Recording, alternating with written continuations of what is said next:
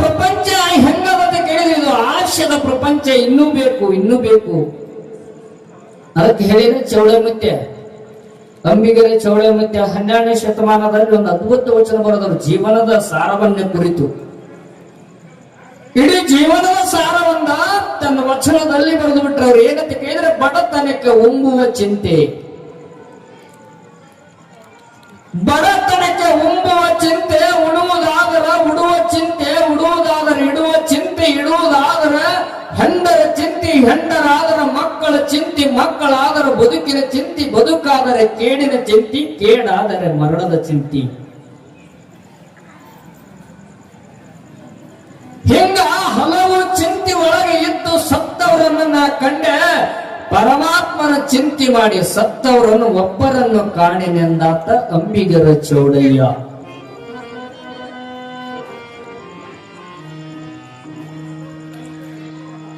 ಪರಮಾತ್ಮನ ಚಿಂತೆ ಮಾಡಿ ಸತ್ತವರನ್ನ ಕಂಡಿಲ್ಲಂತವ್ರು, ಆದ್ರೆ ಸಂಸಾರ ಚಿಂತೆ ಮಾಡಿ ಸತ್ತವರನ್ನ ಕೋಟ್ಯಾನು ಕೋಟಿ ಜನ ನೋಡಿನೆಂದ್ರು.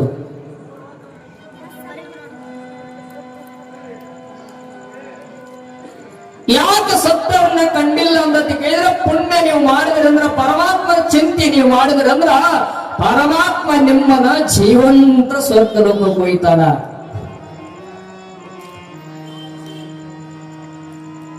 ಅದಕ್ಕಾಗಿ ನಿಮಗೆಲ್ಲ ಗೊತ್ತದ ಕತ್ತಿ. ಸೊಲ್ಲಾಪುರದ ಸಿದ್ದರಾಮ ಮಲ್ಲಯ್ಯನ ಚಿಂತೆ ಮಾಡ್ದ, ಕೊಳ್ಳ ಹಾರಿದ. ಮಲ್ಲಯ್ಯನ ಚಿಂತೆಯಾಗಿ ಕೊಳ್ಳ ಹಾರಿದ, ಪರಮಾತ್ಮ ಕೈ ಹಿಡಿಲಿಲ್ಲೇನ ಅವನಿಗೆ? ಹಿಡಿದಲ್ಲ. ಹಂಗ ಈ ಹೊರಗಿನ ಸಂಪತ್ತ ಎಲ್ಲಾರಿಗೂ ಗಳಿಸ್ಲಕ್ ಬರ್ತದ, ಕರೆ ಯಾರ್ಯಾರ ಕೂಲಿ ಇಟ್ಟು ಗಳಿಸ್ಲಕ್ ಬರ್ತದ, ಆ ಇಟ್ಟು ಗಳಿಸ್ಲಕ್ ಬರ್ತದ ಹೊರಗಿನ ಸಂಪತ್ತ. ಈ ಏನು ಪುಣ್ಯ ಅಂತಕ್ಕಂಥ ಸಂಪತ್ತು ಏನೈತಲ್ಲ ಅದು ನೀವೇ ಗಳಿಸ್ಬೇಕು, ಮತ್ತೊಬ್ಬರು ಗಳಿಸೋದಲ್ಲ. ಇದು ಈ ಸಂಪತ್ತ ಅದು ನಿಮಗೆ ಲಾಭ ಅದ. ಅದಕ್ಕಾಗಿ ಪುರಾಣ ಪ್ರವಚನಗಳನ್ನು ಕೇಳಬೇಕಂತ ಹಿರಿಯರು ಮಾತನಾಡಿ ಹೇಳ್ತಾರೆ.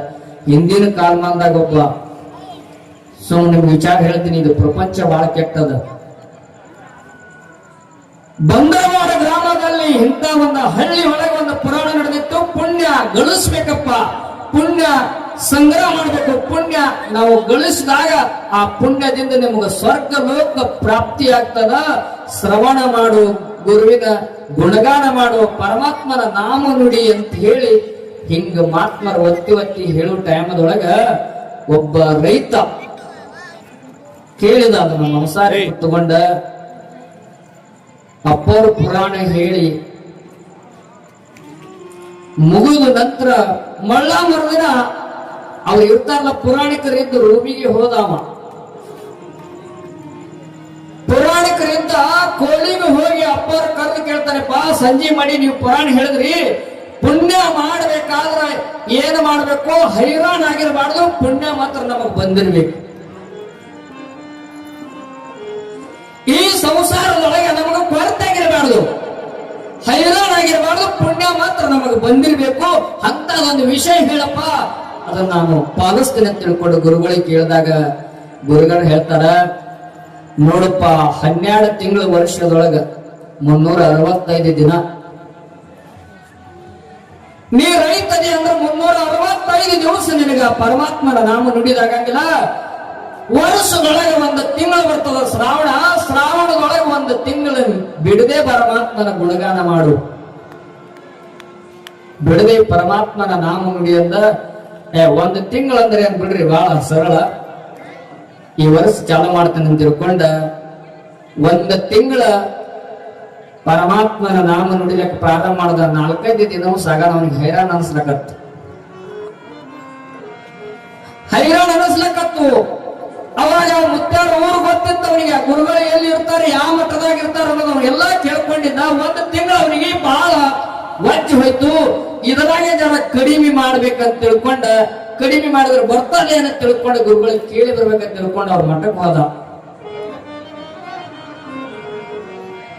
ಮಠಕ್ಕೆ ಹೋಗಿ ಮಹಾತ್ಮರ ಕಾಲ ಪಾದಕ್ಕೆ ನಮಸ್ಕಾರ ಮಾಡಿಪ್ಪ, ಇದು 1 ತಿಂಗಳು ನಮಗೆ ಹೇಳಿದ್ರಿ ಪರಮಾತ್ಮನ ನಾಮ, ಆತನ ನಾಮಸ್ಮರಣೆ ಮಾಡತ್ತೇಳಿ 1 ತಿಂಗಳಾದ್ರೂ ನನಗೆ ಬಹಳ ಹೈರಾಣಕ್ಕದ. ಅದರಾಗ ಜನ ನನಗೆ ಕಡಿಮೆ ಇದ್ದಿದ್ದ ದಿನಗಳು ಹೇಳ್ರಲ್ಲ ಯಾವಾಗ ಅಂತೇಳಿ ಮಹಾತ್ಮರ ಪಾದಕ್ಕೆ ಬಿದ್ದು ಕೇಳ್ಕೊಂಡಾಗ ಗುರುಗಳು ಹೇಳ್ತಾರ, ಒಂದು ತಿಂಗಳ ಆದ್ರೆ ನನಗೆ ಬಹಳ ಬ್ಯಾಸರಾಗಿತ್ತಂದ್ರೆ ಬಿಡುವಪ್ಪ, ಮುಂದ ಶ್ರಾವಣದ ಮೂಲಕ 9 ದಿನ ನವರಾತ್ರಿಗಳು ತಿಳಿ ಬರ್ತಾವ. 9 ದಿನ ಬನ್ನಿ ಕೂಡ ಹಬ್ಬ ಅಂತೀರಿ ಅಲ್ಲ ನೀವು. ನವರಾತ್ರಿಗಳು 9 ದಿವಸ 9 ರಾತ್ರಿಗಳು ಬರ್ತಾವ. ಆದಿಶಕ್ತಿ ಅಂದ್ರೆ ಜಗನ್ಮಾತೆ, ಜಗದ್ ಉದ್ಧಾರಕಿ, ಜಗವೆಲ್ಲ ತನ್ನ ಮುಡಿಯೊಳಗೆ ಹಾಕಿ ಸಲುವಂತ ಶಕ್ತಿ ಆ ಮಾತಾಯಿ ಮಾಖಳಿದೈತಿ. 9 ದಿನ ದೇವಿ ನಾಮಸ್ಮರಣೆ ಮಾಡು, 9 ದಿನ ದೇವಿ ಪಾರಾಯಣ ಮಾಡು, ನಿನಗ ಪುಣ್ಯ ದೊರೀತದ ಹೋಗಂದ. ಆಯ್ತು ತಿಳ್ಕೊಂಡು ಹೋದ. ನವರಾತ್ರಿ ಒಳಗ 1-2-3 ದಿವಸ ನೋಡ್ದ. ದೇವಿ ಪಾರಾಯಣ ಮಾಡೋದಂದ್ರೆ ಸಾಮಾನ್ಯ ಅಲ್ಲ, ಅದು ಬಾಳ ಕೂಡುವ ಅಜ್ಜಿ. 2-3 ದಿವಸ ದೇವಿ ಪುರಾಣ ಓದಿದ, ಪಾರಾಯಣ ಮಾಡಿದ, ಅದನ್ನೂ ಕೂಡ ಅವನಿಗೆ ವಜ್ಜ ಹೊಂಟತು. ಅದನ್ನೂ ಕೂಡ ನಡಬರ್ಕ ಬಿಟ್ಟ ಮತ್ತೆ ಗುರುಗಳ ಮಟ್ಟಕ್ಕೆ ಹೋದೆಪ್ಪ. 9 ದಿವಸ ನನಗೆ ಬಾಳ ವಜ್ಜ ಹೋಗದ, ಇದ್ರಾಗೆ ಜರ ಕಡಿಮೆ ಹೇಳಲ್ಲ ಅಂದ. ಗುರುಗಳಂದ್ರು, ಆಯ್ತು 9 ದಿನ ನಾನು ಈಗಲಿಲ್ಲ ಬಿಡು, ವರ್ಷಕ್ಕೊಮ್ಮೆ ಶ್ರೇಷ್ಠವಾಗಿರ್ತಕ್ಕಂಥ ದಿನ, ಅದೇ ದಿವಸ ಬಹಳಷ್ಟು ಮಂದಿ ಶಿವನ ಬಾಗಿಲವನ್ನ ತಟ್ಟಿದ್ದಾರೆ. ಬೇಡರ ಕಣ್ಣಪ್ಪ ಅದೇ ದಿವಸ ಪರಮಾತ್ಮನ ಸನ್ನಿಧಾನ ಸೇರಿಕೊಂಡಾನ. ಅಂತ ಪವಿತ್ರವಾಗಿರ್ತಕ್ಕಂಥ ದಿನ ಮಹಾಶಿವರಾತ್ರಿ. 1 ರಾತ್ರಿಯೇ ಪರಮಾತ್ಮನ ಗುಣಗಾನ ಮಾಡು. ಮಹಾಶಿವರಾತ್ರಿ ದಿನ ಅದು 1 ದಿವಸರೇ ಪರಮಾತ್ಮನ ಗುಣಗಾನ ಮಾಡಪ್ಪ, ನಿನಗೆ ಸ್ವರ್ಗ ಪ್ರಾಪ್ತಿ ಆಗ್ತದ, ಪುಣ್ಯ ಪ್ರಾಪ್ತಿ ಆಗ್ತದ ತಿಳ್ಕೊಂಡ ಹೇಳಿ ಕಳಿಸಿದ ಗುರುಗಳು ಹೋದ್ರ. ಮುಂದೆ ಶಿವರಾತ್ರಿ ಬತ್ತು. ಹೋದ ಗುರುವಿನ ಮಠಕ್ಕ, ಸುರಗಿ ಶಾಂತಲಿಂಗೇಶ್ವರ ಮಠ. ಅಲ್ಲಿ ಹೋಗಿ ಬೆಳಗಾನ ಪರಮಾತ್ಮನ ಗುಣಗಾನ ಮಾಡಬೇಕು, ಆತನ ಶ್ರವಣ ಮಾಡಬೇಕು, ಹಾಡಬೇಕು, ಕೇಳಬೇಕಂತ ತಿಳ್ಕೊಂಡು ಹೋದ. 1-2-3 ತಾಸು ಆಗೋದ್ರಾಗ ಅವನಿಗೆ ಬ್ಯಾಸರ ಆಯ್ತು, ನಿದ್ದೆ ಬರ್ಲಕ್ಕಂತ ಮುಕ್ಕೊಂಡ. ಮತ್ತೆ ಮರುದಿನ ಎದ್ದು ಗುರುಗಳ ಮಠಕ್ಕೆ ಹೋದ. ಏಪ ಇದು 1 ರಾತ್ರಿ ಕೂಡ ನನಗ ಬಹಳ ವಜ್ಜ ಹೊಂಟದ, ಇದ್ರಾಗ ಜರ ಕಮ್ಮಿ ಸಮಯ ಹೇಳತ್ತಂದ. ಗುರುಗಳಿಗೆ ಸಿಟ್ಟು ಬಂತು. ಗುರುಗಳಿಗೆ ಸಿಟ್ಟು ಬಂದಂದ, ಇನ್ನೊಂದು 15 ದಿನ ಬಿಟ್ಟು ಹೋಳಿ ಬರ್ತದ, 1 ತಾಸು ನಿಂತು ಹೊಯ್ಕೊಂಬಗ ನಾನು ಹೆಂಗ ಮಾಡು.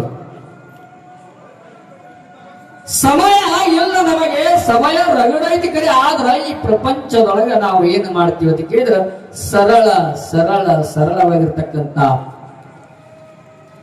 ಅದಕ್ಕೆ ಹೇಳ್ತಾರೆ ಮಹಾತ್ಮರು, ಕಾಯವನ್ನು ಖಂಡಿಸದೆ ದೇಯವನ್ನು ದಂಡಿಸದೆ. ಕಾಯ ಖಂಡಿಸದೆ ದೇಯವನ್ನು ದಂಡಿಸದೆ ಉಂಡು ಹೋಗಲಕ್ಕದನ್ನು ಸ್ವರ್ಗನ ನಿಮ್ಮ ಅಪ್ಪನ ಮನೆ ಏನ ಆ ಶಬ್ದ ಬಿರುಸಂದಾರು.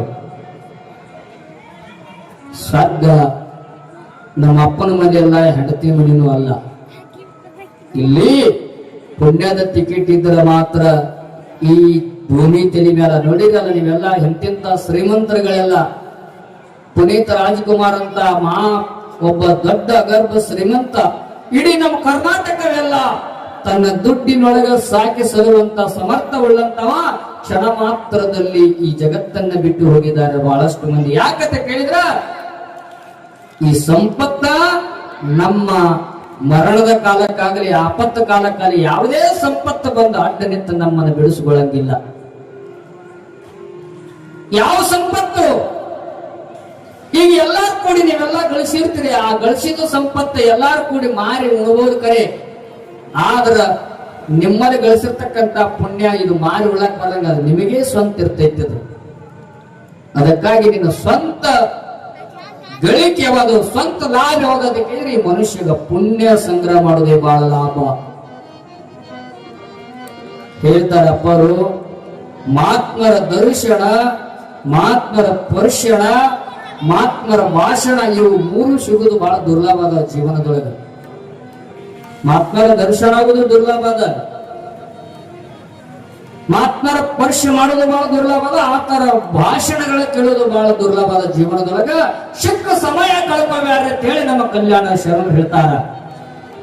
ಸಿಕ್ಕ ಸಮಯ ಕಳ್ಕೋಬಾರದು.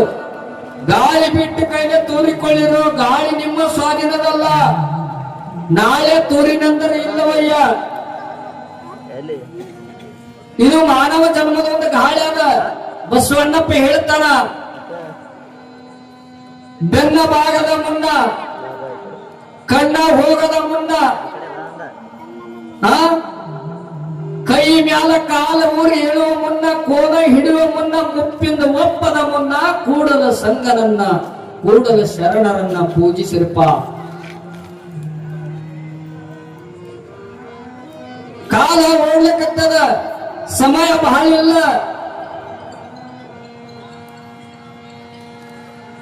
ಸಮಯ ಬಹಳ ಇಲ್ಲ, ಸಿಕ್ಕ ಸಮಯ ಕಳ್ಕೋಬಾರ್ದು. ಈ ಬಂದ್ರವಾಡ ಗ್ರಾಮದಲ್ಲಿ 5 ದಿವಸ ಪ್ರವಚನ ನಡೀತದ, ಪುರಾಣ ನಡೀತದ. ಈ 5 ದಿವಸ ನೀವು ಪ್ರಪಂಚದ ಕಳೆದ್ರೆ ಮತ್ತೆ ಮುಂದೆ 1 ವರ್ಷ ತನ ಇದನ್ನ ಕಾಯ್ಬೇಕಾಗ್ತದ. ಮತ್ತೆ ನಿಮ್ಮ ಕೋಟಿ ಕೊಟ್ಟರು ಈ ವಯಸ್ಸು ಸಿಗಂಗಿಲ್ಲ ನಿಮಗೆ. ಯಾಕೆ ಸಿಗಂಗಿಲ್ಲ? ಈಗೆಲ್ಲ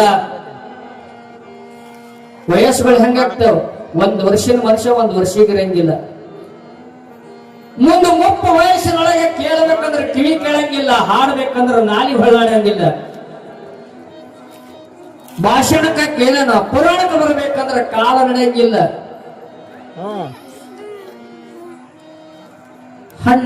ಹಣ್ಣಾಗಿರ್ತದ. ಆ ಟೈಮ್ದೊಳಗೆ ಏನಾಗ್ತದ? ಏನೋ ಈ ಶರೀರ ಕೆಲಸ ಕೊಡದ ಟೈಮ್ದೊಳಗೆ ಏನ್ ಕೇಳಿದ್ರೆ ಏನ್ ವ್ಯರ್ಥ ಆಗ್ತದ. ಅದಕ್ಕಾಗಿ ಹೇಳ್ತಾರ ಅವರು, ಮುಪ್ಪಿಂದ ಒಪ್ಪದ ಮುನ್ನ ಬಾಲ್ಯ, ಯೌವನ, ಮುಪ್ಪು ಅಂತಕ್ಕಂತ 3 ಅವಸ್ಥೆ ಅದಾವ. ಬಾಲ್ಯದಲ್ಲಿ ಆಟ ಪಾಠಗಳು ಆಡ್ಬೇಕು, ಯೌವನದೊಳಗ ಪ್ರಪಂಚ ಮಾಡಬೇಕು. 50 ವರ್ಷ ಆದ ಬಳಿಕ ಈ ಪರಮಾತ್ಮನ ನಾಮ ಎಲ್ಲಾ ಪ್ರಪಂಚ ಬಿಡುವುದಲ್ಲ, ಇದರಿಂದ ಬಿಟ್ಟು ಬಿಡುದಲ್ಲ. ಮಸ್ತ್ 25 ವರ್ಷದಿಂದ 40-45 ವರ್ಷ ತನ ಪ್ರಪಂಚ ಮಸ್ತ್ನಾಗ ಮಾಡಿದ್ರಿ. ಮಕ್ಕಳ ಮುಂದ ಮಾಡಂಗಾಗ್ಯಾವ, ಬಿಟ್ಟು ಬಿಡುದು. ಆದ್ರೆ ನಮಗ್ ಬಿಡುವಂತ ಮನಸ್ಸಿಲ್ಲ ಯಾರಿಗಿ. ಹೆಂಡರ ಮಕ್ಕಳು ಸಂಪತ್ತು ನೀ ಹುಟ್ಟಿದಾಗ ಅದು ಎಲ್ಲಿತ್ತು? ನಟ್ಟ ನಡುವೆ ಅದು ಗಂಟು ಬಿತ್ತು. ನಟ್ಟ ನಡುವೆ ಅದು ಗಂಟು ಬಿತ್ತು. ತಿಳಿದು ನೋಡೋ ಅದರೊಳಕು ಯಾಕ್ ಮಾಡತೀನಿ ಒಣ ಚಿಂತೆ ನಿನಗ? ಬಡ್ಕೊಂಡದೋ ಮಾಯದ ಭ್ರಾಂತಿ. ಯಾಕ್ ಮಾಡತೀನಿ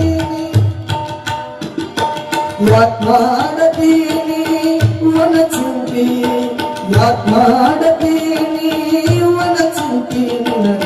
ಬಡ್ಕೊಂಡದೋ ಮಾಯದ ಭ್ರಾಂತಿ. ಬಡ್ಕೊಂಡದೋ ಮಾಯದ ಭ್ರಾಂತಿ. ಅದಕ್ಕ ಜೋತುಕೊಂಡು ನೀ ಕುಂತಿ ನಾಳೆ ಯಮ ಕೇಳಿದರ ಏನಂತಿ? ಅದಕ್ಕ ಜೋತುಕೊಂಡು ನೀ ಕುಂತಿ ನಾಳೆ ಯಮ ಕೇಳಿದರ ಏನಂತಿ? ಯಾಕ್ ಮಾಡತೀನಿ ಒಣ ಚಿಂತೆ ನಿನಗ? ಬಡ್ಕೊಂಡದೋ ಮಾಯದ ಭ್ರಾಂತಿ.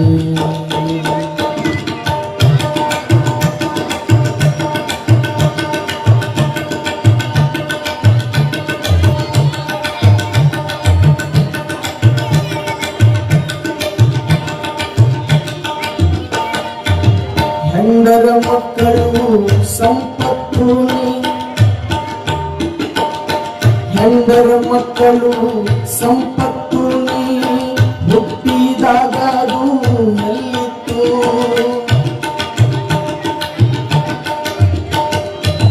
ಹೆಂಡರ ಮಕ್ಕಳು ಸಂಪತ್ತು ನೀ ಹುಟ್ಟಿದಾಗ ಅದು ಎಲ್ಲಿತ್ತು? ನಟ್ಟ ನಡುವೆ ಅದು ಗಂಟು ಬಿತ್ತು. ನಟ್ಟ ನಡುವೆ ಅದು ಗಂಟು ಬಿತ್ತು. ತಿಳಿದು ನೋಡೋ ಅದ ಬೆಳಕುಂಟು. ತಿಳಿದು ನೋಡೋ ಅದ ಬೆಳಕುಂಟು. ಯಾಕ್ ಮಾಡತೀನಿ ಒಣ ಚಿಂತೆ ನಿನಗ? ಬೆಳಕೊಂಡಾದ ಮಾಯದ ಭ್ರಾಂತಿ.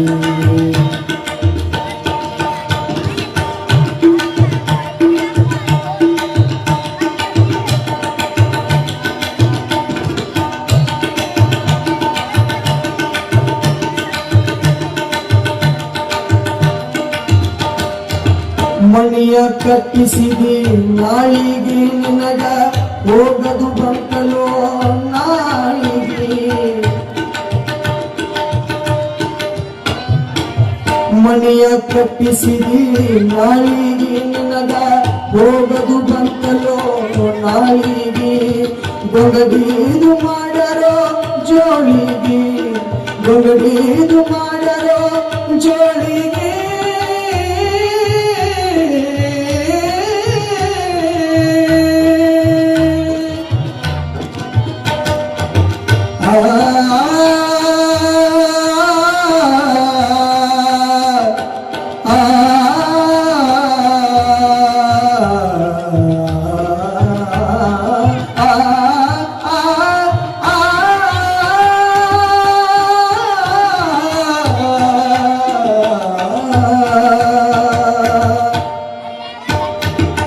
ಮಣಿಯ ಕಟ್ಟಿಸಿದಿ ನಾಳಿಗೆ ನಿನಗ ಹೋಗದು ಬಂತಲೋ ನಾಳಿಗೆ ಮಣಿಯ ಕಟ್ಟಿಸಿದಿ ನಾಳಿಗೆ ನಿನಗ ಹೋಗದು ಬಂತಲೋ ನಾಳಿಗೆ ಬಂಗಡೀದು ಮಾಡರೋ ಜೋಳಿಗೆ ಬಂಗಡೀದು ಮಾಡರೋ ಜೋಳಿಗೆ ನಿನಗ ಬಂದು ಉಂಟಾರಲೋ ಹೋಳಿ ನಿನಗೆ ಬಂದು ಉಂಟಾರಲೋ ಹೋಳಿ ಯಾಕ್ ಮಾಡ್ತೀನಿ ಒಣ ಚಿಂತಿ ಯಾಕ್ ಮಾಡ್ತಿದ್ದೀನಿ ಒಣ ಚಿಂತಿ ನಿನಗಾದು ಮಾಯದ ಪ್ರಾಣಿ ಬರಕೊಂಡಾಗೋ ಮಾಯದ ಪ್ರಾಣಿ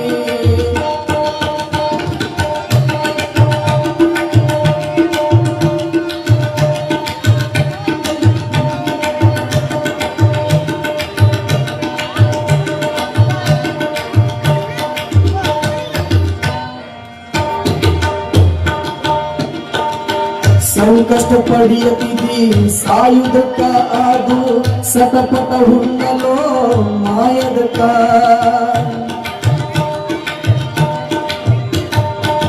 ಸಂಕಟ ಪಡೆಯತಿದಿ ಸಾಯುವುದಕ್ಕ ಅದು ಸತಪಟ ಹುಣ್ಣಲೋ ಮಾಯದಕ್ಕ ಕರ್ತು ಶ್ರೀ ಗುರು ಮಾತನ ಬಲ್ಲ ಕರ್ತು ಶ್ರೀ ಗುರು ಮಾತನ ಬಲ್ಲ ಮಾತಾ